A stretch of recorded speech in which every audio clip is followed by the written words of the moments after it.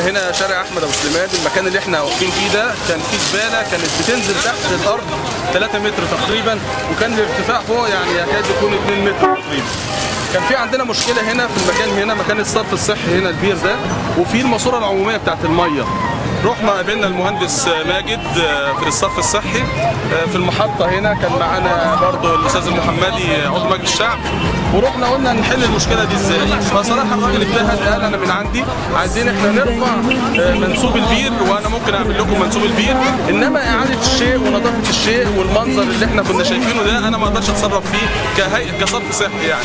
قلنا له عرضنا عليه ان احنا هنقوم احنا بنظافه المكان ده نظافه جيده، وحضرتك تعال لنا البير ده. وفعلا تم الكلام ده الصبح، وجبنا اللودر وشلنا الزباله اللي هنا كانت 3 متر تقريبا تحت الارض، والارتفاع كان 2 متر.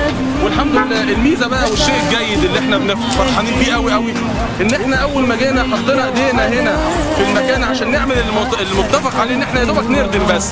لقينا بصراحه تفاعل اهالي المنطقه هنا، تفاعل فوق الوصف، حاجه محترمه جدا جدا. فبداوا هم يجوا الخدمه المجتمعيه بصراحه بتاعتهم، وقالوا لا ده احنا ممكن نشجر، احنا ممكن نجيب خرسانه، ممكن نعمل ارضيات. فبدا التفاعل بشكل جيد. كل التجار اللي موجودين معانا هنا دول كلهم تفاعلوا معانا بشكل كويس الحمد لله يعني. الاهالي مع كله شال مع بعض. الحريه والعداله اشتغلوا معانا، هم اللي جابوا الالات وجابوا العمال وجابوا الناس اللي اشتغلت، يعني هم اللي ادونا دفعه بصراحه ربنا يعني. رفع حضرتك؟ اشرف بياع خضار يعني. حضرتك ممكن تقول لي بس ايه اللي حصل النهارده؟ والله احنا تعبنا من الزباله، منظر الزباله كان منظر فظيع يعني، تعبنا من المنظر والشكل كان وحش، والمحلات اكل قدام منك زي ما انت شايف اهي، والناس كانت بدات حتى تعرف تخش المحل تشتري من كتر الزباله.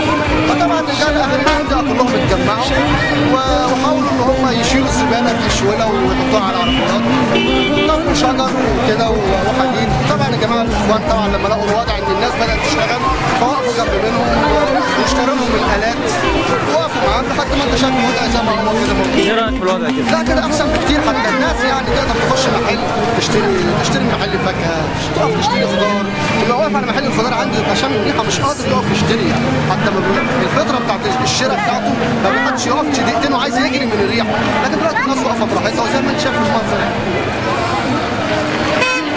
طب رساله ممكن توصلها لحزب الحريه والعداله؟ والله هو بص، انا بس مش لحزب الحريه والعداله بس، هي الناس كلها تتكاتف وتبقى كلها ايد واحده. الناس ديت عايزين بس اللي يشتغل وهم يساعدوهم، يعني الناس دي عايزه الناس تساعدهم، مش هنفضل احنا نقول الحريه والعداله وحشين، الحريه والعداله وحشين، الحريه والعداله بيهم عليهم، لا احنا برضه كشعب لازم احنا نشتغل.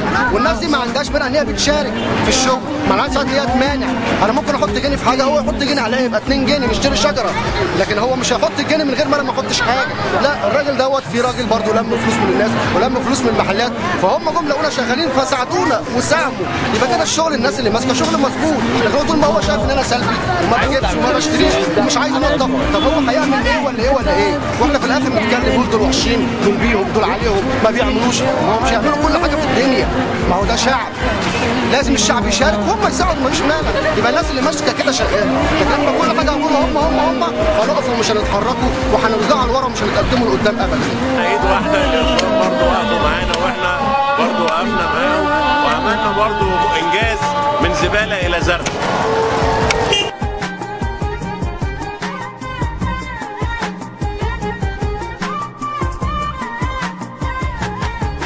بنفكر في كل أب، بنفكر في كل أم،